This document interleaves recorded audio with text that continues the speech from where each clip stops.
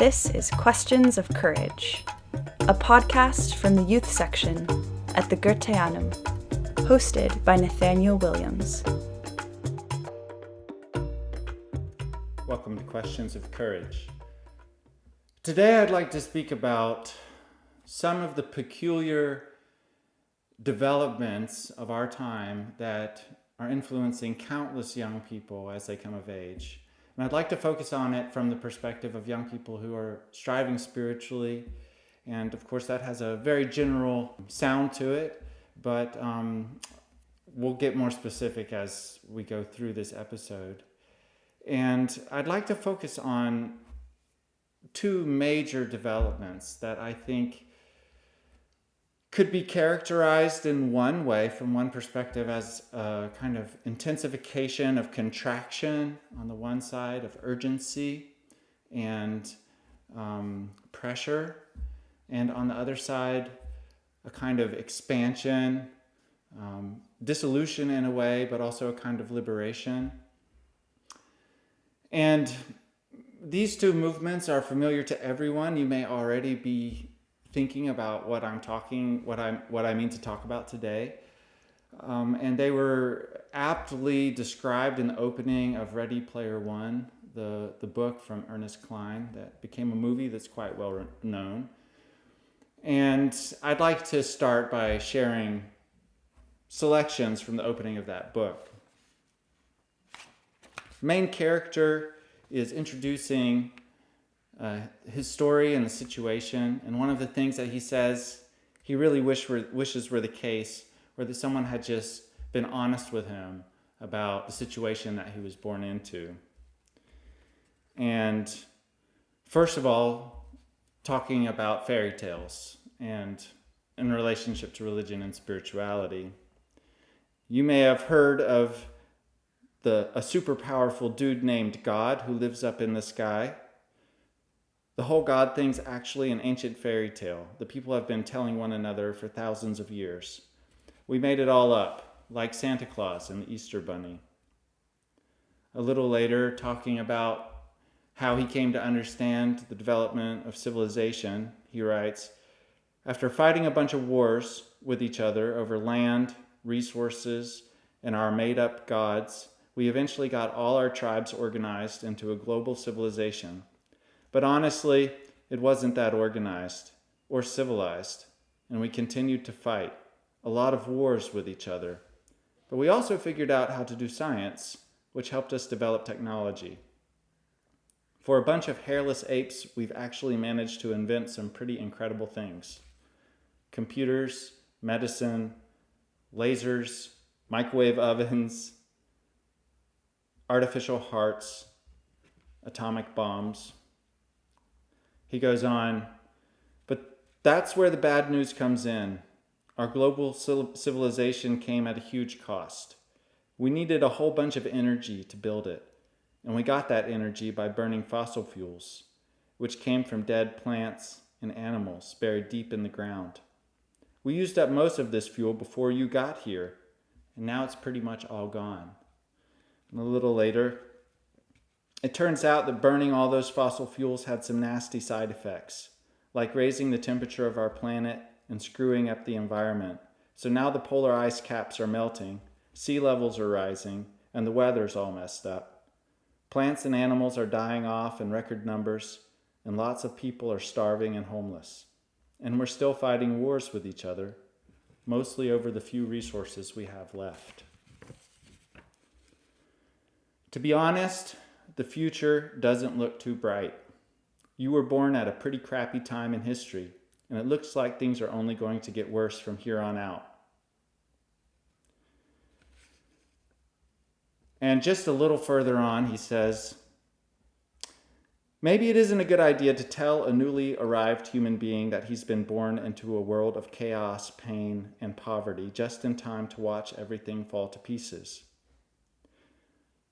Luckily, I had access to the oasis, which was like having an escape hatch into a better reality. The oasis kept me sane. It was my playground and my preschool, a magical place where anything was possible." So here we have described these two gestures in this book from Ernest Cline.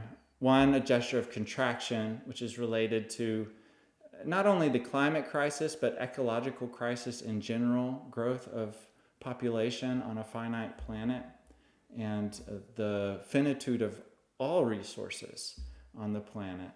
And this feeling of kind of pressure and contraction in a kind of despirited or unspirited world that is headed towards increasing strife and catastrophe.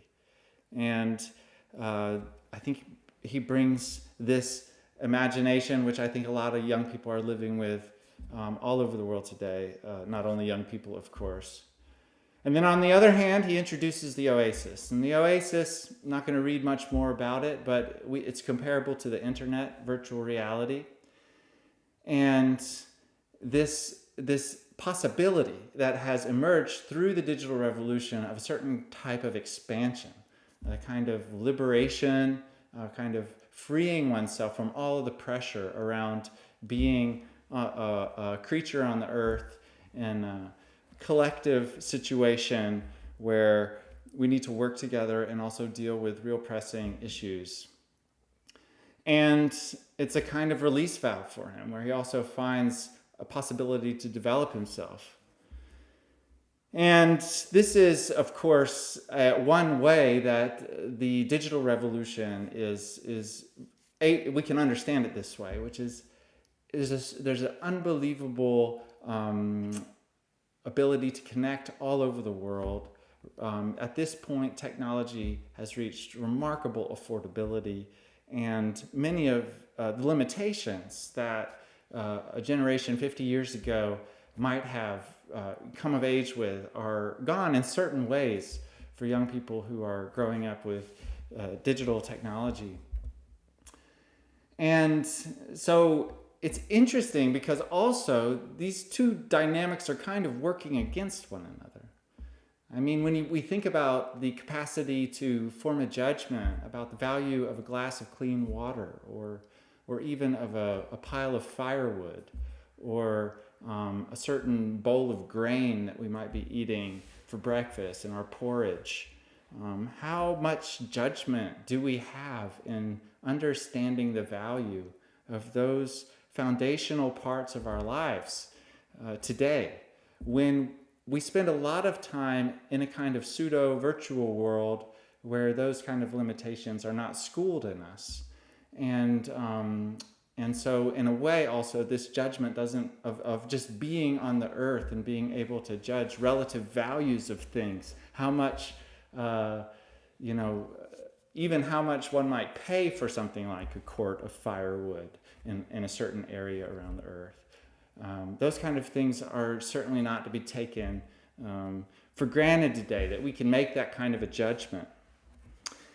And so we can see that there's a huge tension that young people are growing up in, because there's this pressure around issues, and not only ecological issues, but we also have to look at the whole questions around social justice, which also come in Ernest Cline's book when he refers to homelessness and war and strife. And all of that also is something that we would eventually have to have some capacities in, statecraft, working together in groups and organizations. These are things that are necessary for life on Earth, and we're at a point where they are going to be even more and more necessary. And at the same time, we've developed a technology which kind of offers an ability for us to expand our consciousness, but in a way that doesn't clearly dovetail with developing our judgment on the earth. So there's kind of movements going in two different directions. And this is an uncomfortable place to be, I think.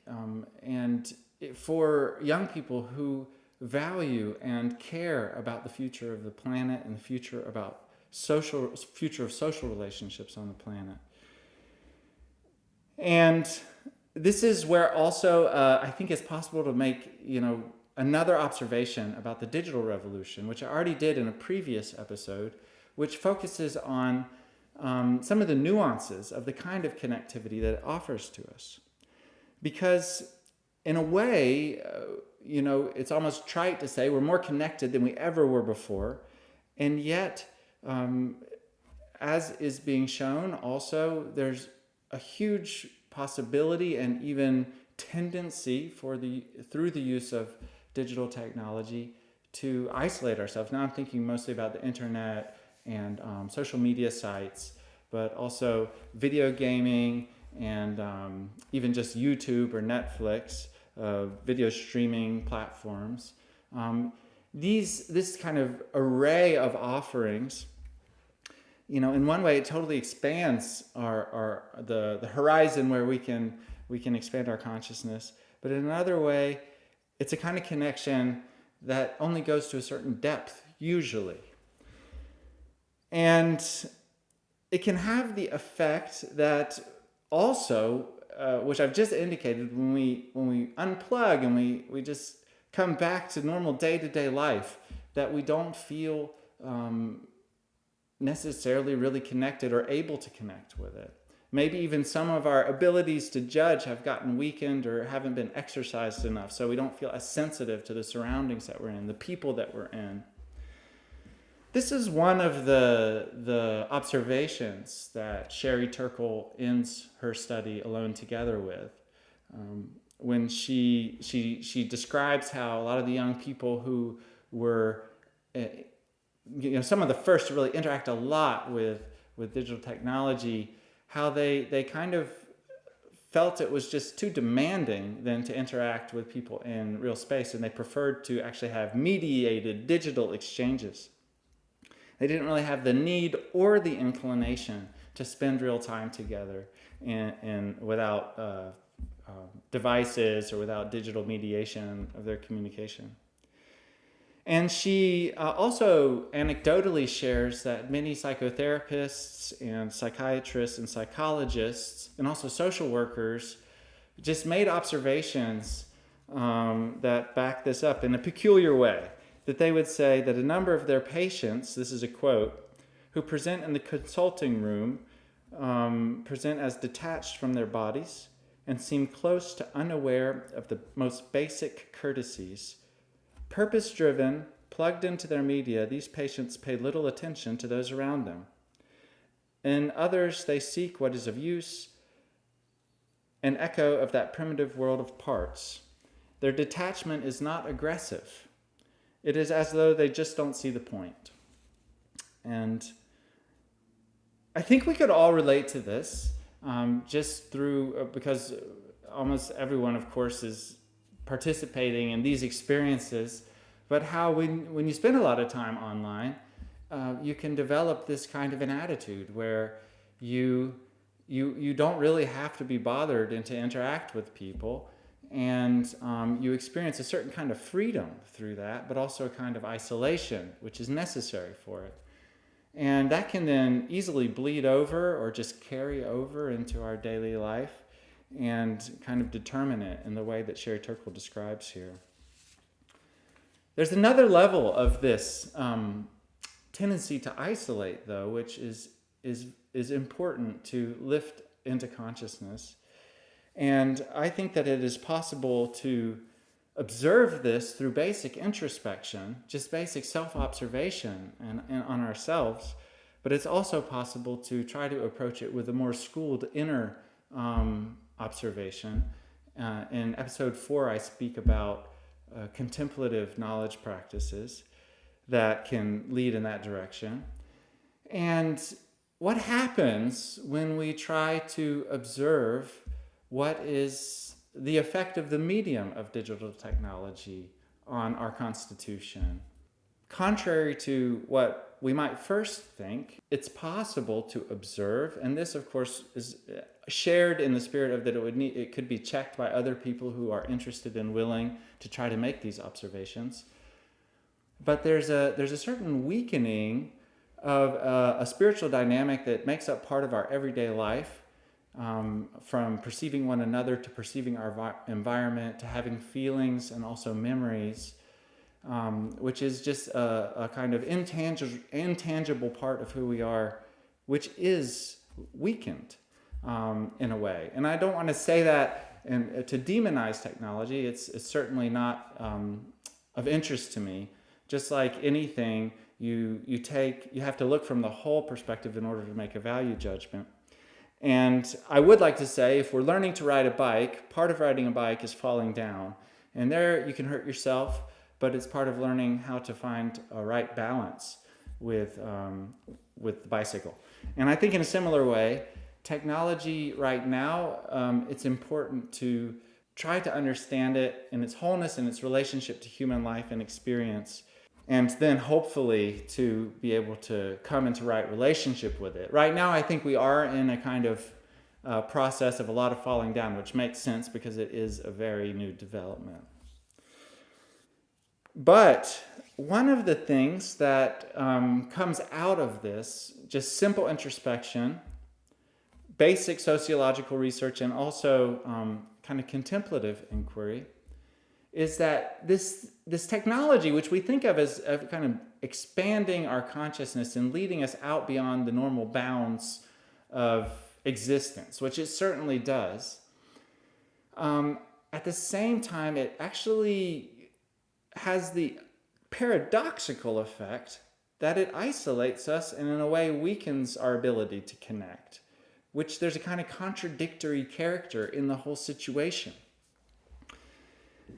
Okay, but this isn't the only place where really radical opportunities for the expansions of consciousness are unfolding today.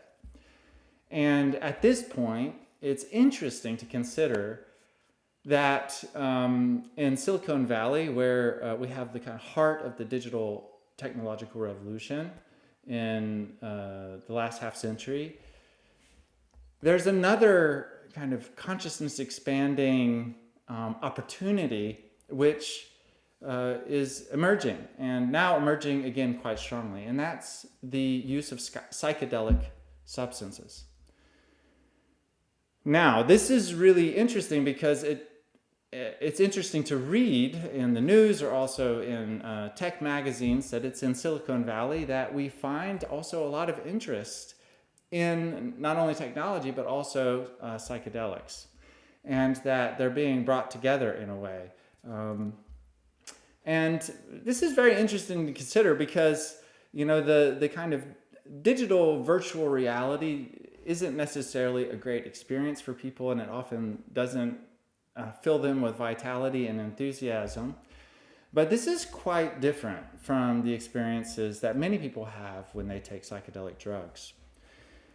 And I'd like to just characterize this. I mean, if we look at kind of digital imagery and the digital horizon of expansion that we can enter through technology, while it offers a huge possibility for expansion, it also has a kind of drying out and isolating effect on one level, which leads to a quite dissatisfied experience for those who might want to spend a lot of time in virtual reality, for instance.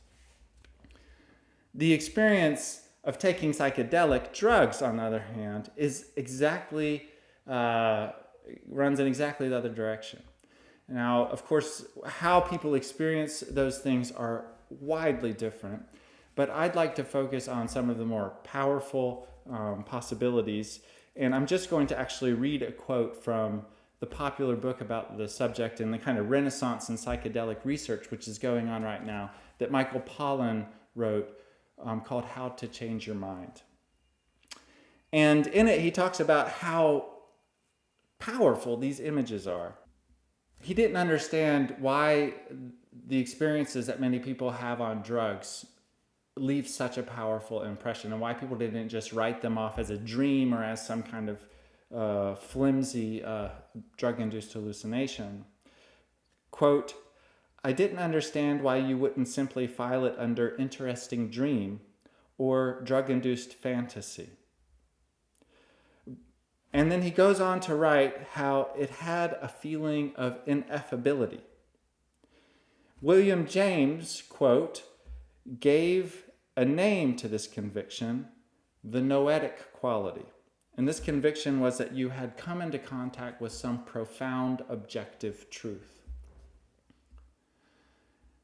So psychedelic experiences they don't always, but they can have, in a way, a totally opposite effect than the experiences that we have of digital images, which is that they're almost filled with being itself, and their power is utterly convincing, and also the reality that they feel like they're communicating.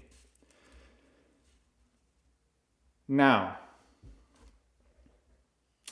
it is, of course, clear that in the future, there's going to be more and more interest in experimenting with bringing together the possibility to expand consciousness through psychedelics and the possibility to expand consciousness through digital technology. And in a way, they complement one another. Maybe digital technology can give a huge architecture for consciousness, but somehow it doesn't provide the right tone of life. But maybe through the use of psychedelics, some kind of complementary movement can be brought in. But it's not only psychedelics which is being considered in this way, but even a kind of direct influence of the brain. It could be through irradiating certain regions of the brain with different frequencies or even electrical pulses. There are many ways that we might, affect the physical body and then combine that with kind of technology in order to kind of intensify and amplify the power of digital virtual reality possibilities. But, I think it's interesting to step back here. I mean, if we have young people growing up and they kind of experience, they're walking a line between kind of this highly pressurized, urgent, ecological, social reality on the one hand, and on the other hand, this possibility to expand one's consciousness through technology, but also through either taking physical substances or directly influencing the physical body, if it's the nervous system, for instance, in order to expand one's consciousness. And this is a very dramatic double movement. And one of the obvious moving and dramatic parts of this is that a young spiritually striving person, as we see in the youth movements right now, which are highly focused actually on collective issues related to climate change, ecological crisis, economic justice, and also social justice, where the heart of many young people and their actions are really to reform and to make an impact, a positive impact on the future of the world. They have the values of our collective life on the earth at heart. This is what they care about. And yet, on the one side, it can be paralyzing to feel this pressure and urgency of the situation and to have so much awareness of it through the constant, what's sometimes called the 24-hour news cycle. And also the effects, the kind of isolating effects of the digital revolution. And on the other side, this almost escapist attraction of expanding consciousness, but in such a way that it seems to weaken our ability to make terrestrial, earthly, valid, sober judgments. And this kind of tension, this dramatic tension of a kind of disillusion and a contraction, it is very moving to see young people trying to work towards earthly values for the good and collective issues. Collective issues certainly have to do with our collective sharing of the earth, and they certainly have to do with the social organization of our life together in civil society, but also in states of all different kinds. The drama is palpable. And if we then ask, what is a challenge that grows out of this situation for young people with spiritual interests? And this challenge, I think, could be articulated as such. Can we find ways to expand our consciousness in such a way that it does not weaken and it does not undermine our ability to make judgments, sober judgments, and realistic judgments in our normal everyday life on the earth? Can we find that kind of a spirituality in self-development, which doesn't tend towards any kind of escapism, and which we can integrate into our understanding of the world? Ideally, it would even strengthen our ability to make judgments in normal life.